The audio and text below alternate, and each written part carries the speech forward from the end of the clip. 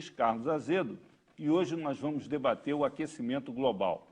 Nosso convidado é o físico e meteorologista Luiz Carlos Molion, que questiona as teorias, vamos dizer assim, hoje hegemônicas, com relação a esse assunto. Participam dessa nossa entrevista a jornalista Zilda Ferreira, autora do blog Educom, que trata de educação ambiental, e o jornalista Efraim Neto, moderador da Rede Brasileira de Jornalismo Ambiental. A Terra, poeticamente identificada como planeta azul, situada na galáxia da Via Láctea, orbita um sistema solar onde se destaca por sua atmosfera privilegiada. Aqui, em milhões de anos, a vida evoluiu criando um ecossistema complexo e favorável à existência de milhares de espécies vegetais e animais dependentes de uma cadeia alimentar. O ser humano, extrativista, retira seu sustento da terra e do mar. Para viabilizar a agricultura e a indústria, usa diversos tipos de energia, em sua maior parte obtida de combustíveis fósseis, que geram dezenas de poluentes. Ao entrar na segunda década do novo milênio, o maior desafio da humanidade, que é produzir e desenvolver-se sem alterar a atmosfera, se apresenta como uma agenda emergencial de todas as nações. Na recente Conferência do Clima, em Copenhague, ficou patente que países ricos, emergentes ou pobres precisam falar a mesma linguagem, se pretendem verdadeiramente, a médio prazo, conter as agressões ao meio ambiente global. Nós vamos iniciar a nossa entrevista com uma pergunta de telespectador. Por que o senhor afirma que não existe aquecimento global? Eu afirmo que não existe aquecimento global porque já ocorreram no passado períodos em que esteve mais aquecido do que agora. Por exemplo, se nós formos ao período dos anos 800 a 1200 depois de Cristo, chamado período quente medieval, as temperaturas estavam mais elevadas do que agora, e naquela época o homem não liberava carbono, não emitia carbono para a atmosfera.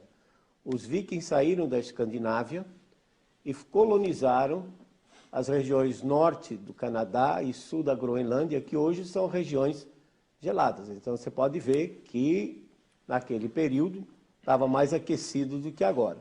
Entre 1925 e 1946, houve um aquecimento também bastante expressivo, que corresponde praticamente a 70% de todo esse aquecimento que dizem que ocorreu nos últimos 150 anos. Naquela época, houve um aumento de 0,4 graus centígrados entre 25 e 46, e isso, muito provavelmente, foi devido à maior atividade solar na primeira metade do século XX e o fato de que houve um período, esse período, em que praticamente não ocorreu nenhuma grande erupção vulcânica, de tal forma que a atmosfera ficou limpa, transparente, e entrou mais radiação solar e aumentou, então, a temperatura. Note, em 1946, depois da Segunda Guerra Mundial, o homem lançava na atmosfera menos de 10% do carbono que lança hoje. Portanto, fica muito difícil você dizer que o aquecimento entre 1925 e 1946 foi devido à ação humana. Posteriormente, pós-guerra, em que na realidade houve um aumento na industrialização e que passou-se então a emitir mais, o que aconteceu? Um resfriamento global entre 1947 e 76. Dr. E agora Molion, esse mais recente. Doutor Molion, o senhor estava citando aí o caso dos vikings.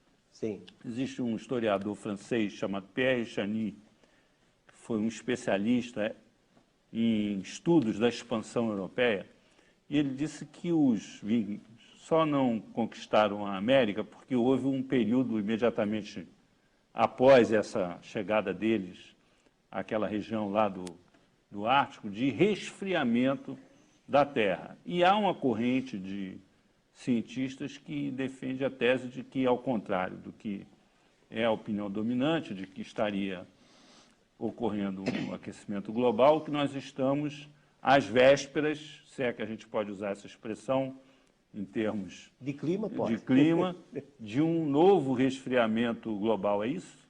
Essa Perfeito, é a tese que o senhor perfeito. defende? Então, esse período, que durou mais ou menos até 1250 depois de Cristo, foi seguido por o que foi chamado de uma pequena era glacial, que durou de 1350 até 1920. Quer dizer, recente isso aí. Ele, inclusive, atribui a esse resfriamento as invasões bárbaras, porque eles se voltaram para o continente por causa do resfriamento. Foi exatamente o contrário. Quer dizer, um período frio leva a frustrações de safra e fome. Você tem quadros feitos na época mostrando que o rio Tamisa estava congelado, quadros de 1630, 1650, e faziam feira em cima do rio congelado. Então, se eu for olhar a história, eu diria o seguinte, que no último 1 milhão de anos, a Terra passou por 9 eras glaciais. Cada era glacial dura 100 mil anos. Portanto, 9 vezes 100 mil dá 900 mil. Em 1 milhão, 90% do tempo, o clima está mais frio do que agora. Essas eras glaciais, elas são interrompidas por períodos mais quentes, chamados interglaciais. Esse que nós estamos vivendo, Luiz Carlos, ele começou há cerca de 15 mil anos atrás. E toda a história humana está resumida nesses últimos 10 mil anos. Então nós estamos no período, como você diz, às vésperas de uma nova era glacial. Na realidade, nós podemos estar já dentro de uma era glacial, uma vez que esse nosso interglacial está já com 15 mil anos, segundo os estudos paleoclimáticos. Então, existe uma variabilidade em cima dessa queda muito lenta, vai demorar 100 mil anos para chegar a 8, 10 graus abaixo do que está hoje. Mas em cima disso, há uma ondulação, né? De meio grau para cima, meio grau para baixo. Nós tivemos isso, como eu disse, de 1925 a 46, tivemos uma ondulação para baixo, um resfriamento de 47 a 76, que foi muito ruim para o Brasil, do ponto de vista econômico, para o mundo todo. E tivemos agora um pequeno aumento de 77 a 98, a bola da vez agora não é o há resfriamento. uma disparidade assim, de instrumentos, de medição entre esses vários períodos? Certamente, assim, certamente, hoje, não tenha dúvida. O diagnóstico hoje não seria mais preciso do que era antes? Não, mas o problema maior não está nisso, porque quando eles colocam aquelas séries longas, de 100, 150 anos, de cidades como Paris, como Viena, Berlim, essas cidades foram crescendo. E o termômetro, se ele tivesse parado no mesmo lugar, na mesma estação meteorológica, ele iria sofrer o efeito da urbanização. O que é esse efeito da urbanização? Chove, se a região é vegetada, tem infiltração de água, a água, ao evaporar, refrigera a superfície. Quando a cidade, então, se urbaniza, o asfalto, o concreto, faz com que a água, ao cair, escorra e vá embora. Então, hoje, as cidades não têm água para evaporar. E o mesmo calor do sol faz com que as temperaturas urbanas sejam mais elevadas do que o seu entorno. São Paulo, por exemplo, da ordem de 3 graus. Já existem estudos aqui no Rio de Janeiro que mostram também, dependendo da região, da ordem de 3, 4 graus. Então, o efeito chamado, que é conhecido como efeito de ilha de calor urbana, isso interfere na temperatura. Então, o mesmo termômetro, mesmo que ele esteja calibrado, ele vai mostrar temperaturas mais elevadas. E não tem como tirar esse efeito da urbanização da medida. Não tem como tirar. Aí dizem, se você selecionar uma cesta de termômetros no mundo todo que esteja localizada nas grandes cidades, o que vai ocorrer, a tendência desses termômetros é mostrar uma temperatura sempre crescente. Mas quando você usa satélites, que cobrem o globo todo, inclusive as regiões oceânicas, mostra que nos últimos 20 anos há um ligeiro decréscimo, tirando o pico do El Niño em 1997 e 98, que os El Niños tendem a aquecer a atmosfera terrestre. Ele está de volta agora, esse ano. Mas esse aí é fraquinho. E esse deve morrer agora em fevereiro, estourando em março, e não vai afetar. Ao contrário, ele deve virar para um laninha frio. Então, quando você olha as imagens, os dados tirados pelo Você está dizendo que o ano que vem será um ano frio, mais frio. Com invernos frios. Essa é a tendência. Geadas No sul, sudeste, temperaturas frias, e para nós aqui, relativamente mais seco durante o período seco, ou seja, esse período de abril até outubro, mais seco do que o normal. Professor, nossa validação científica com relação aos estudos climáticos, ele está baseado nos modelos numéricos. Isso. E o nosso sistema de pesquisa climática tem avaliado e disposto à sociedade determinados resultados. De que maneira o senhor avalia isso? Bom, Efraim, modelos nada mais são do que programas de computador, né? Alguns são sofisticados, chega a ter 800 mil linhas, 1 milhão de linhas. Esses modelos, eles tentam reproduzir os processos físicos que ocorrem na atmosfera. Só que a atmosfera terrestre, ela depende de processos físicos externos, por exemplo, variação na atividade solar, erupções vulcânicas, tsunamis ou terremotos influenciam na distribuição de calor nos oceanos e depende também dos processos oceanos, por exemplo, que são muito maltratados nesses modelos, particularmente no que se refere a transporte de calor. Um modelo de clima, por exemplo, não consegue reproduzir um El Niño. Ele não consegue reproduzir essa variação decadal do Pacífico, né, que dura 25, 30 anos o Pacífico se aquecendo nos trópicos, depois vira, se esfria. E o Pacífico ele ocupa 35% da superfície terrestre. E a atmosfera é aquecida por baixo. Então, quando a temperatura do Pacífico muda a atmosfera e muda o clima. Esses modelos, eles fazem projeções, Efraim, em cima de cenários hipotéticos que jamais vão ocorrer. E os modelos em si são deficientes. Então, por exemplo, se eu fosse acreditar no modelo, eu gostaria de ver esse modelo prevendo, entre aspas, o passado. Porque os passados eu já tenho dados, né? E fizeram isso. E o erro é muito grande. Quer dizer, os modelos atuais não conseguem reproduzir o clima passado. Então, eu não tenho garantia que eles vão produzir o clima futuro. Ou seja, resultados de modelos são inúteis, não se prestam para planejamento. Desde os anos 70, o senhor vem pontuando a importância dos oceanos com relação ao clima. Isso de um ponto de vista global. Já que a gente está falando de mudanças climáticas, de um ponto de vista mais geral, qual a importância de se ter estudos mais avançados com relação aos oceanos, já que me parece que isso tem sido pouco relevante com relação aos dados aplicados pelo IPCC? Você tem toda a razão, Efraim. Há uma tendência de deixar os oceanos fora desse controle climático, quando na realidade eles são de extrema importância para controlar o clima. Nós estamos falando num planeta que tem 71% de cobertura de água, com uma profundidade média de 3.800 metros. Quer dizer, essa massa de água é um reservatório de calor enorme, que suaviza as mudanças climáticas. Por isso que as mudanças não são tão grandes.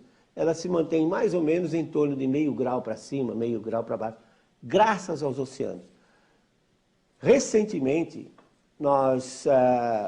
a comunidade científica dispõe já de um sistema de boias, são mais de 3.200 boias, que são boias especiais. Elas mergulham até 2.000 metros de profundidade, se deslocam com a corrente marinha durante 9 dias e meio, depois elas inflam uma bexiga que elas têm e elas começam a subir, medindo temperatura e salinidade. Chegam na superfície, transmitem esses dados para o satélite.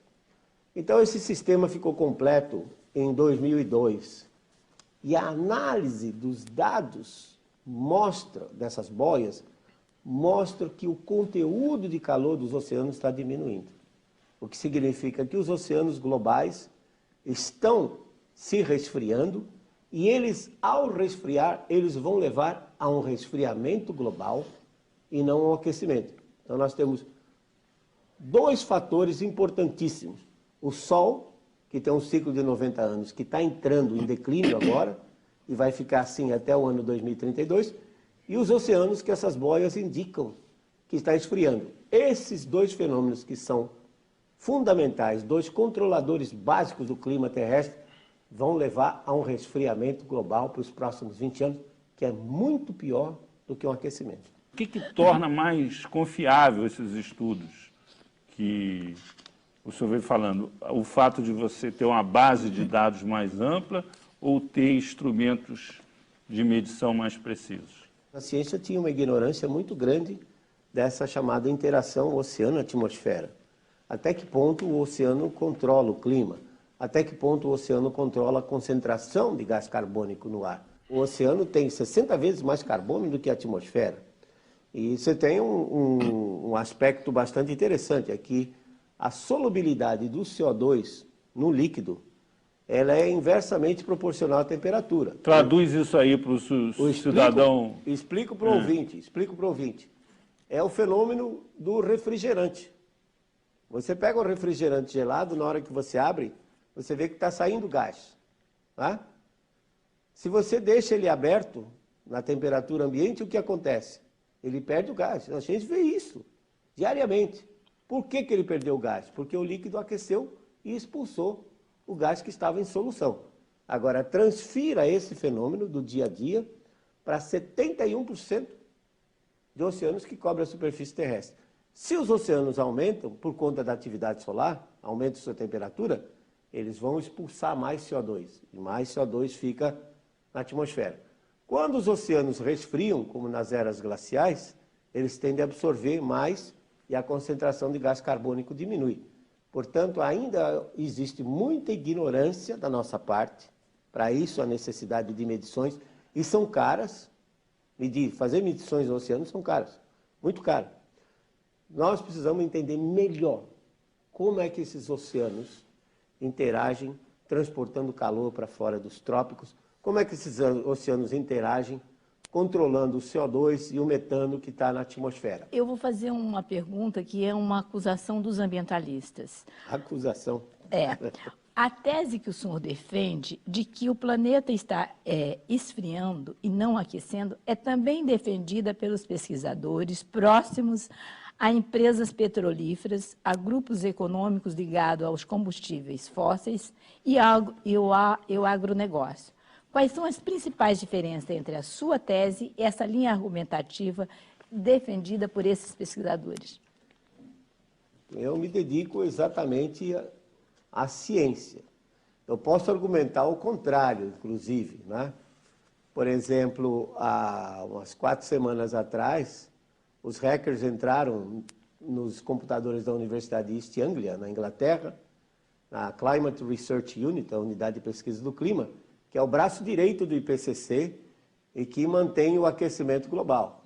Entre outras coisas, eles baixaram mais de 1000 e-mails em que os pesquisadores da Inglaterra estavam trocando entre si e com os americanos para como ajustar os dados para que eles continuassem dando o aquecimento global.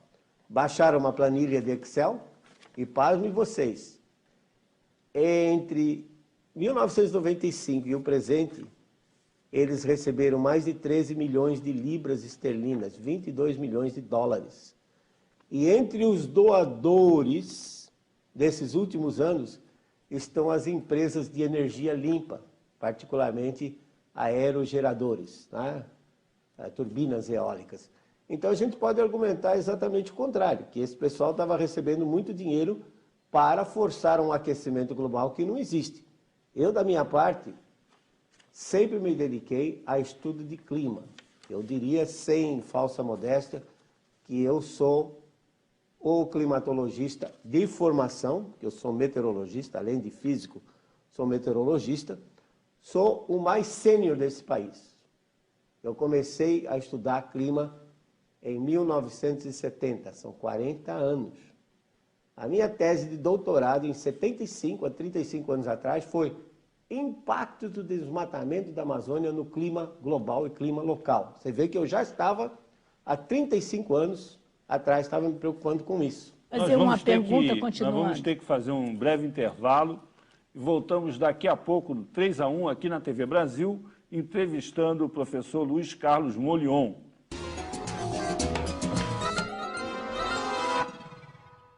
Estamos de volta com o 3-1 aqui na TV Brasil, entrevistando o físico e meteorologista Luiz Carlos Molion, que contesta a tese do aquecimento global. Nós vamos retomar esse bloco com mais uma pergunta da professora Zilda Ferreira. Professor, por que os cientistas não divulgam que a agricultura industrial é a maior responsável pela emissão de CO2, uma vez que os solos retêm o dobro do carbono do que a vegetação? Eu diria que a agricultura não é responsável pelo dobro da emissão do CO2, assim como também no caso do metano, que seria um gás de efeito estufa 21 vezes mais poderoso do que o CO2, não é responsabilidade dos produtores de arroz alagado ou dos pecuaristas, não é? Porque tanto o arroz alagado como a pecuária, o que ocorre é que a matéria vegetal, quando ela entra em fermentação anaeróbia, sem a presença de oxigênio, ela produz um metano, que é chamado gás dos pântanos. E claro, quando se colhe o arroz, deixa a planta ali apodrecendo, ou então os ruminantes que comem a grama e fica passando de um estômago para o outro, eventualmente eles produzem metano. O metano, embora o plantel de ruminantes cresça a 17 milhões de cabeças por ano, e o Brasil já tenha passado de 200 milhões de cabeças, e os arrozais na China, no Oriente, continuam crescendo, inclusive no sul do Brasil também, no Rio Grande do Sul, o metano se estabilizou. Faz 20 anos que o metano não cresce. Quer dizer, as atividades humanas continuam aumentando e o metano não. Dizer que a agricultura é responsável pelo CO2 é um pouco crítico. Por quê? Dos fluxos naturais entre oceanos, solos, incluindo erupções vulcânicas, e vegetação, saem 200 bilhões de toneladas de carbono por ano. Qual é a incerteza nesse fluxo que os pesquisadores têm? 40 bilhões, para cima e para baixo. É uma incerteza de 80 bilhões. Quanto é que o homem coloca na atmosfera com todas as suas atividades? 6 bilhões, 6, meia dúzia. Contra 200 de fluxos naturais e contra 80 bilhões de toneladas de incerteza, então você vê que o homem praticamente não contribui para o CO2 que está na atmosfera. O grande controlador do CO2 na atmosfera é os oceanos.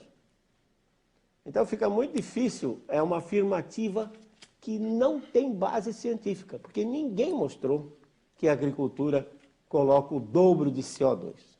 Ao contrário, os fluxos naturais são muito maiores, várias ordens de magnitude maior, 2 ordens de magnitude maior do que esses fluxos colocados pelo homem. Professor... Assim que eu gostaria, honestamente, que alguém chegasse e mostrasse. Porque nessa discussão de aquecimento global, de mudanças climáticas, tem muito de achismo, tem muita coisa que é afirmada e que não é comprovada.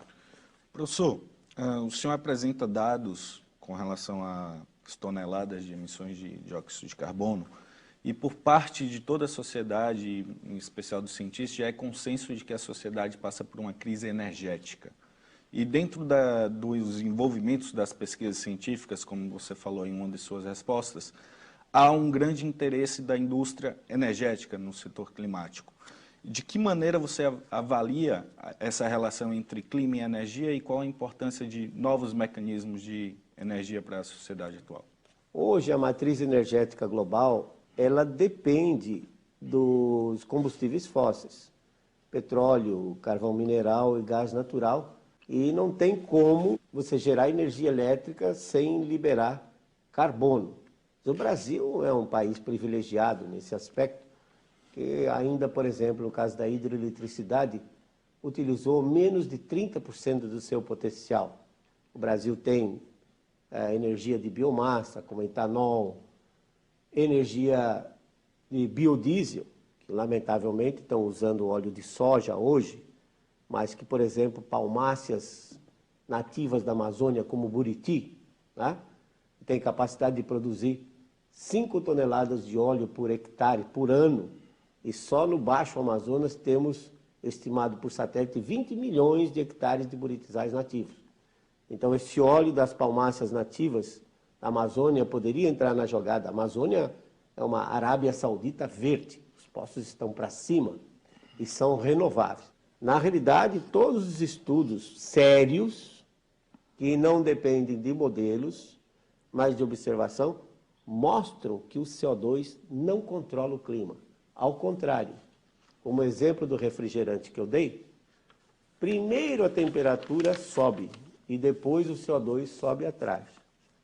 Então vai ser um problema sério nesse aspecto de como harmonizar essa matriz energética. Agora, eu concordo que petróleo e carvão mineral têm outros constituintes. Esses sim são poluentes. O CO2, telespectador, não é um gás vilão, ele não é bandido, ele não controla o clima. O CO2 é o gás da vida. Vamos pensar numa hipótese absurda que a gente acabasse com o CO2 na atmosfera desse planeta. A vida acabaria, porque nós e os animais não produzimos a comida que a gente consome. Quem produz são as plantas. Elas retiram o CO2 da atmosfera e, por fotossíntese, presença de sol, produzem amídos, açúcares, fibras e nós nos alimentamos.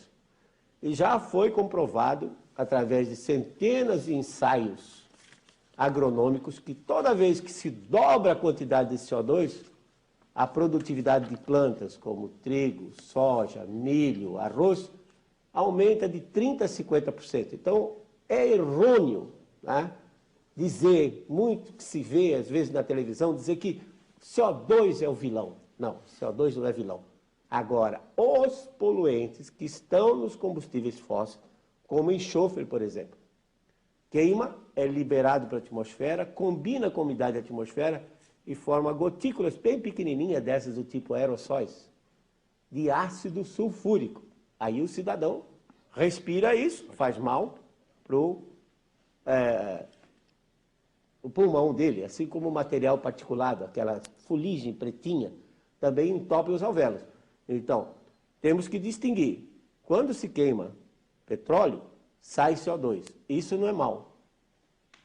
É um gás da vida. Agora, os outros subprodutos, como o dióxido de enxofre e material particulado, esse tem que ser eliminado. E nós temos tecnologia para eliminar a poluição. O CO2 não é poluente. Professor, nós temos mais uma pergunta de telespectador. O senhor acha que existe interesse econômico no aquecimento global? Não há evidência científica nenhuma, não há base científica, nem para mostrar que o clima se aqueceu, e muito menos essas projeções climáticas até o ano 2100, que são feitas com modelo. Isso não tem base científica. Ora, se não se tem base científica, sobra o quê num movimento globalizado como esse? Interesses econômicos. Então, eu não tenho dúvida que o que está por detrás disso são os interesses econômicos e, ao mesmo tempo, os políticos se aproveitam disso para se projetar. Uma constatação agora de que o chamado buraco na camada de ozônio é que está mantendo as geleiras do Ártico. Isso é verdade? Não tem nada a ver, absolutamente, né? As geleiras do Ártico, elas são resultado de evaporação da água e precipitação na fase sólida, ou seja, como neve. O fato da estratosfera estar mais fria, ainda não existe uma ligação comprovada, estabelecida, de que a estratosfera fria seja responsável por manter essas geleiras. Ao contrário, se você vê outras televisões, eles mostram aquelas geleiras caindo, mostram o urso viajando numa jangadinha, num bloco de gelo. Né? A população de ursos aumentou tremendamente. Quando o ecologista diz que o urso polar vai se extinguir, conversa, não existe urso polar. O que existe é urso. Há 150 mil anos atrás, quando no último interglacial, o urso subiu, foi para regiões do Canadá mais frias, e quando começou a ficar branco, um bicho preto, no meio de um ambiente branco, né, era presa fácil. Então ele foi mudando a sua pelagem e acabou ficando branco. Mas ele é um urso como outro qualquer, e hoje é uma população muito grande, muito maior do que se tinha há 40, 50 anos atrás, que ataca inclusive as vilas devido ao fato de que durante o inverno eles não têm alimento. E, além disso, o gelo, quando derrete, é o gelo flutuante. O gelo flutuante não aumenta nível de mar, porque ele já desloca o volume que vai ocupar quando derreter. E qual é a causa disso? A causa são as correntes marinhas que levam água mais quente da região tropical em direção ao Ártico. Essa água mais quente entra por debaixo do gelo e derrete o gelo. E quando a base fica mais fraca, então todo aquele peso da geleira cai. Portanto, é um fenômeno natural. Já tinha ocorrido isso entre 1938 e 1942, documentado com fotos, com navios circulando no Ártico, um degelo muito maior do que agora, esse de 2007. 2007 realmente chegou a uma diminuição de 3 milhões de quilômetros quadrados na cobertura de gelo do Ártico. Mas agora, se nós formos olhar os dados de setembro de 2009, já viu que já recuperou. Existe um ciclo lunar de 18,66 anos, em que quando esse ciclo está num pico, como foi agora 2006, então a região do mar, dentro dos trópicos, ou 30 graus norte, 30 graus sul, ela fica um pouco mais elevada. Isso cria um desnível e faz com que as correntes marinhas se acelerem em direção aos polos. Quando elas se aceleram, elas levam mais calor. O efeito da Lua no movimento das marés exatamente, é maior. E aí maior. A amplitude da maré é maior. Então, tem um ciclo de Mas aproximadamente... isso serve para maré alta e para maré baixa. Não, mas tem um ciclo aproximadamente de 19 anos. O pico foi agora, em 2006. Causou grandes desastres no nosso litoral brasileiro. Por exemplo, Maceió teve marés com 3 metros de altura. Belém, 3,8 metros de altura, que invadiu todo o veropeso. Quando você vem mais para o sul, né, aí a amplitude é menor da maré. Atingiu o máximo em 2006, tivemos grandes desastres no nosso litoral, coincidiu, entre aspas, com esse degelo. Tá? E agora, esse ciclo lunar está entrando para um mínimo. Daqui 9 anos vai estar no mínimo, mas daqui mais cerca de 18 anos, ou seja, lá pelo ano 2025, ele volta a atingir um máximo de novo e as consequências podem ser até pior por conta, Efraim, da vulnerabilidade da sociedade. A Gilda tem uma pergunta. Que ela tá professor, cientistas defendem que as alterações climáticas não são homogêneas. Há micro-regiões que aquecem, enquanto há registros de que outras resfriam. Agora, eu queria que o senhor explicasse isso. E, em seguida, eu quero falar de Tucuruí, que é uma micro-região que eu assisti uma mudança climática. Você está perfeitamente correta, Zilda. Não pode se falar numa temperatura média global, porque começa que os hemisférios são diferentes. O hemisfério sul tem 81% de oceanos e 19% de continentes dentro da região tropical, praticamente. Enquanto o hemisfério norte tem 40% de continentes e 60% de oceanos, e a maior parte da massa continental do hemisfério norte está fora dos trópicos. Então, você tem toda a razão quando diz que não existe um clima global. Existem climas localizados. E o que a gente percebe que é, nesse aspecto, o homem pode atrapalhar tudo. O homem tem a sua capacidade destruidora no microclima. Do ponto de vista global, quando a gente fala de aquecimento global, de mudanças globais, o homem não tem como interferir, porque os níveis de energia são muito altos comparado com o que a gente produz. O planeta tem Então, 29% de continentes, 71% de oceanos. Dos 29% de continentes, 15%, quer dizer, metade disso, são terras geladas, gelo e areia, como o deserto do Saara, por exemplo, sozinho tem 8 milhões de quilômetros quadrados. Os restantes 14%, 7%, felizmente, ainda são florestas naturais, como a Amazônia, o Congo e Bornéu. Resta para o homem manipular apenas 7% da superfície terrestre. Em 510 milhões de quilômetros quadrados, o homem manipula só da ordem de 36 milhões de quilômetros quadrados. Então, globalmente o homem não pode fazer nada. Agora, localmente ele pode, porque à medida que ele desmata, por exemplo, tira a proteção do solo, a chuva tropical chega mais intensa, a energia cinética das gotas é muito grande, desagrega as partículas do solo. Nós calculamos na Amazônia um aumento de 3 mil metros cúbicos por hectare quando você tira a floresta.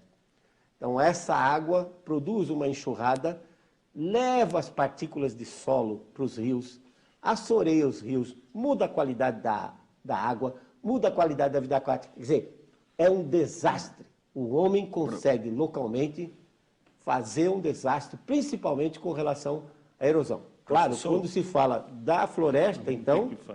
Nós vamos ter que fazer mais um intervalo.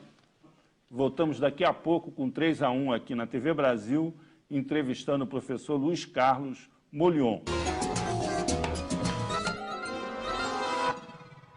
Estamos de volta com 3-1 aqui na TV Brasil. O assunto é aquecimento global. Nosso entrevistado é o professor Luiz Carlos Molion. Participam dessa conversa o jornalista Efraim Neto e a jornalista Zilda Ferreira, que vai retomar a entrevista com uma pergunta sobre Tucuruí. Professor, como o senhor explica a proliferação de mosquitos na região de Tucuruí, onde há registros de mortes por picadas de mosquitos? 800 ataques por minuto em consequência do desequilíbrio ambiental. Eu entrevistei vários moradores do entorno e eles me asseguraram que houve uma mudança de clima, de fato, um aquecimento na região. Perfeito, Zilda. Isso aí é documentado, né? A gente tem experimentos feitos em vários outros países. No Brasil, infelizmente, não se fez isso.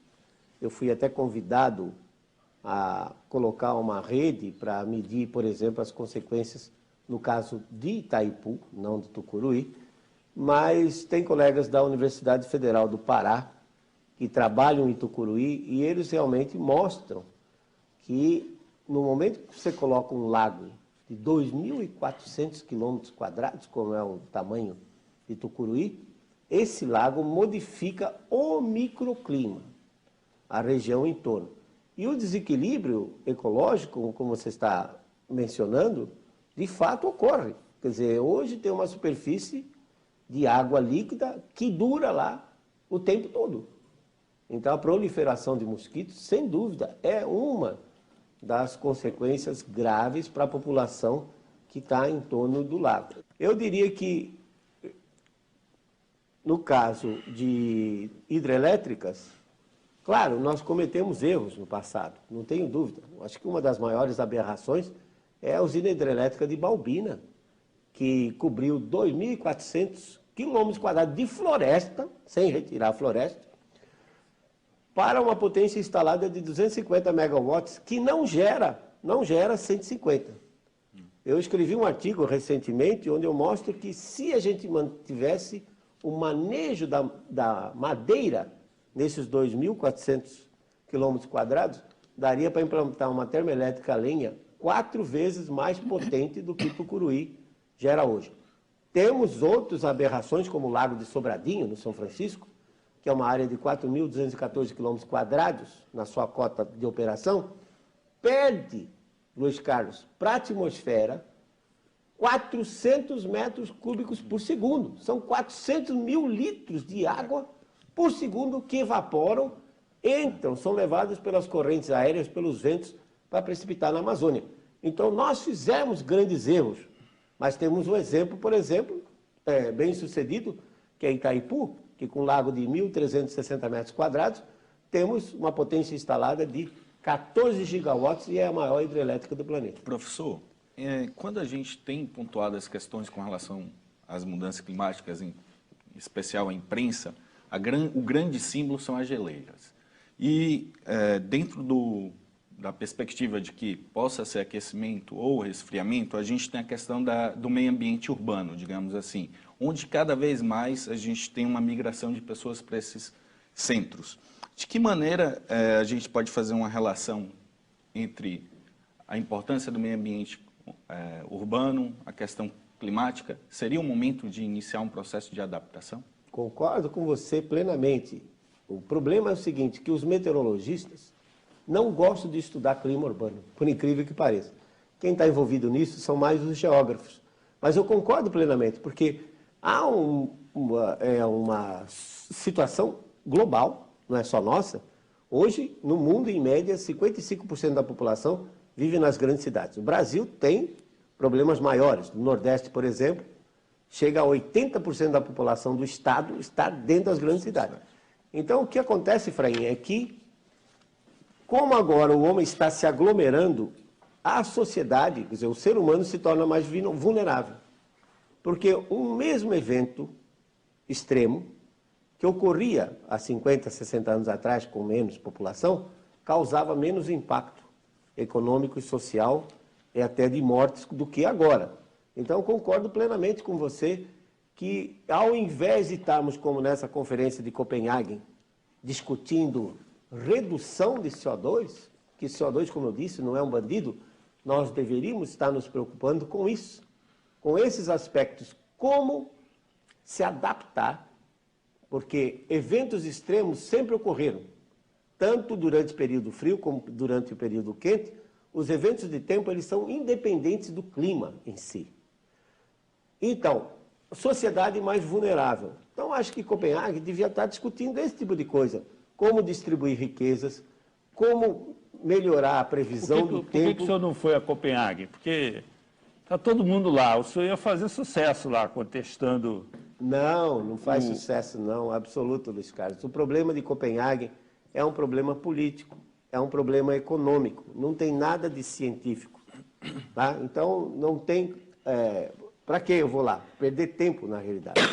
Para mim, Copenhague, se prendendo à discussão de redução de carbono, é uma perda de tempo enorme. Como eu disse, eu preferia que tivessem discutindo soluções para diminuir essa desigualdade. Você tem 950 milhões de pessoas na África. Dessas 950 milhões, 90% não tem o que comer. Agora, os africanos foram os que fizeram mais barulho lá. Eles pararam a conferência exigindo que os países desenvolvidos estabelecessem cotas. Eles pensam diametralmente de forma oposta. Não, essa sua colocação vai dentro do que eu estou falando. Ninguém vai lá preocupado com o meio ambiente, ninguém vai lá preocupado com o aquecimento ou o resfriamento global. Eles vão lá preocupados saber o seguinte, quanto é que eu levo nessa? Como a Ilhas Maldivas, por exemplo, que o nível do mar está subindo. Não está subindo nada. Em 1841, o capitão Clark Ross, James Clark Ross, que foi um dos indivíduos que foi explorador da Austrália, fez uma marquinha lá na chamada Isle of Death, a Ilha do Morto. Fez uma marquinha onde estava o nível do mar. 170 anos depois, o nível do mar continua no mesmo nível. Quer dizer, não existe isso. O problema de Copenhague é que está todo mundo interessado em saber quanto é que eu levo nisso. Professor, trazendo essa discussão para a perspectiva nacional, e o senhor tem um vasto conhecimento sobre a questão amazônica, de que maneira ou o que o senhor espera da discussão de REDD dentro de Copenhague? Esse é um problema também sério, porque há anos atrás, na realidade, em 1989, eu publiquei um artigo resultante de um experimento que nós fizemos em 87 na Amazônia, onde eu mostrava que a Amazônia era um sequestrador de carbono. Diziam que não, porque a floresta estaria num equilíbrio dinâmico, mas na prática a floresta é destruída por fenômenos naturais, como tempestades, e ela vai se renovando. E aí, quando ela se renova, ela absorve mais carbono, da ordem de 1 a 1,2 bilhões de toneladas de carbono. O protocolo de Kyoto não levou em consideração florestas naturais, absorvendo carbono.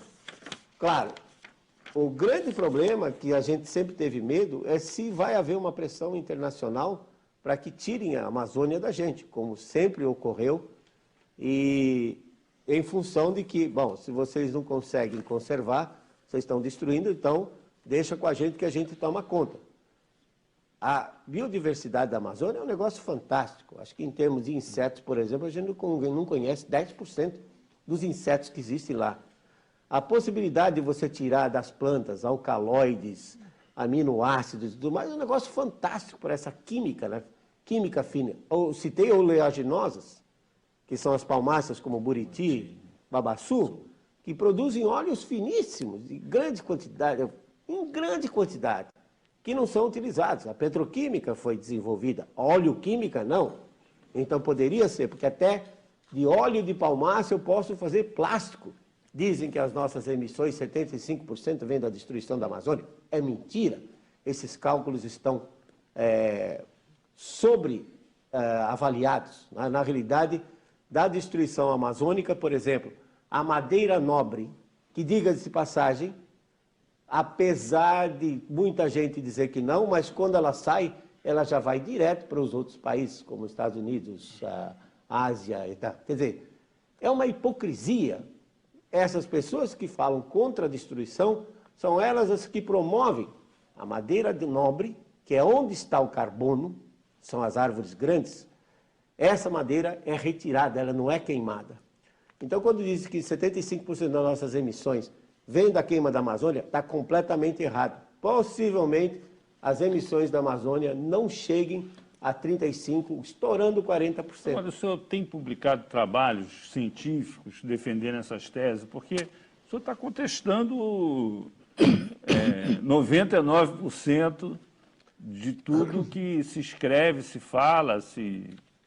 Eu tenho, Luiz Carlos, só que o problema também tem um detalhe. Quando você está na contramão e as revistas científicas são controladas por gente do outro lado, você encontra barreiras para publicar esse tipo de coisa. Esse é um grande problema. Publicado em inglês também? Tenho publicado em inglês também.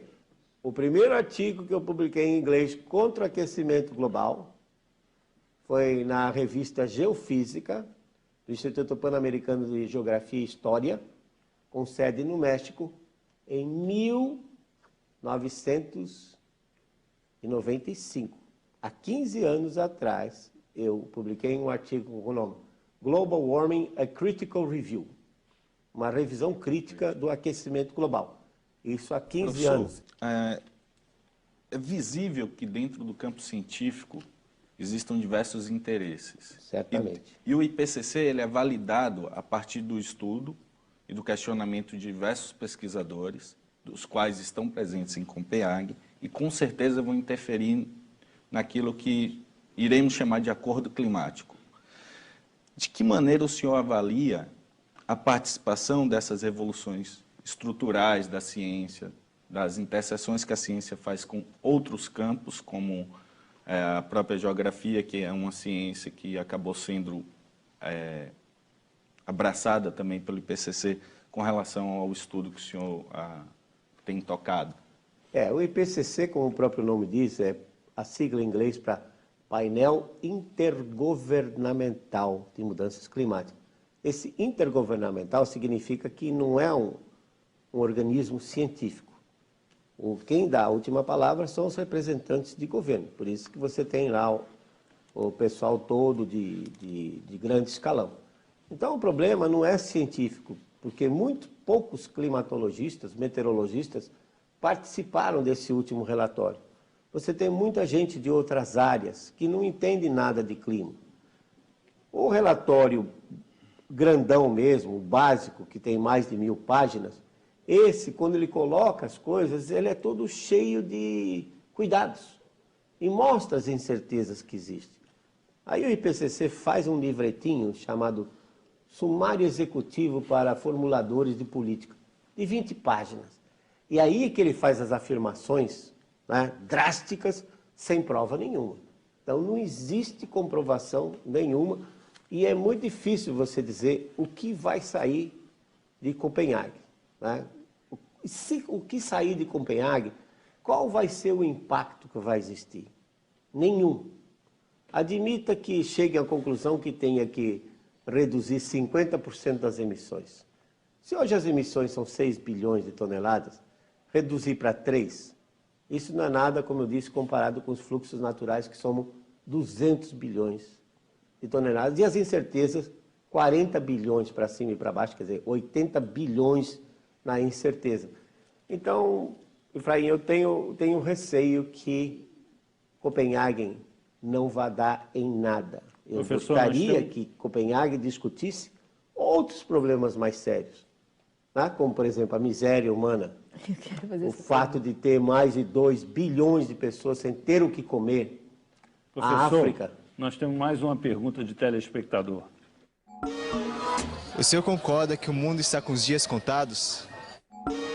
Bom, realmente, se eu olhasse para as previsões de Nostradamus, né, que se baseou no calendário maia, eu diria que o mundo vai terminar no dia 21 de dezembro de 2012. Mas pode ser que esse término do mundo seja adiado, né? Talvez não chegue a isso. Eu não diria que o mundo está com os dias contados, mas eu tenho uma grande preocupação.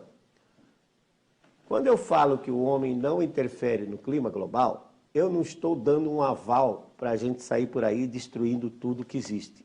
Ao contrário, o que eu vejo é que as previsões, por exemplo, para um aumento populacional, 9 bilhões de habitantes no ano 2040, daqui a 30 anos. Então, o que eu vejo é que a conservação ambiental ela é de extrema importância para que o homem consiga sobreviver nesse planeta. Se nós destruirmos tudo, nós vamos estar destruindo a nós mesmos.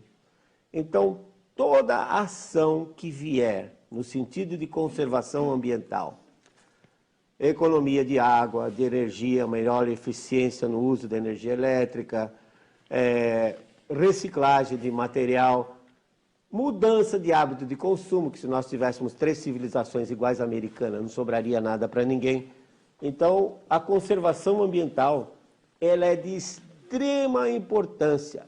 Agora, independente, se aquecer, nós temos que conservar o ambiente. Se resfriar, também temos. Mas eu vou dizer para vocês que conservação ambiental num planeta com o resfriamento que vai ocorrer nesses próximos 20 anos, até o ano 2030, 2032, é muito mais difícil.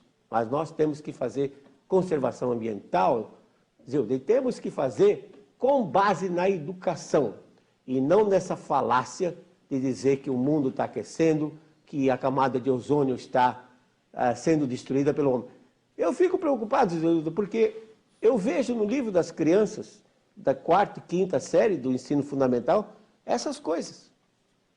Que o homem está destruindo a camada de ozônio, que o homem está aquecendo o globo. E não é verdade. Hipóteses não deveriam estar nesses livros das crianças, porque, na realidade, isso não é uma educação. Isso, na minha opinião, é uma lavagem cerebral. O que vai acontecer daqui a 20 anos, quando essas crianças perceberem que nada aconteceu do que estava escrito naqueles livros? Será que a ciência vai ser acreditada? Professor, isso vai ficar documentado para a história, para que daqui a 20 anos a gente possa confirmar. Mas é uma preocupação, você concorda? Mas o nosso tempo acabou. Infelizmente, nós vamos ter que encerrar o programa. Agradecemos a participação da jornalista Zilda Ferreira, do jornalista Efraim Neto, do professor físico, meteorologista Luiz Carlos Molion, que nos honrou com a sua participação aqui no 3-1 na TV Brasil, nadando contra a maré, porque ele discorda da tese do aquecimento global. Até a próxima quarta-feira aqui na TV Brasil com o 3-1.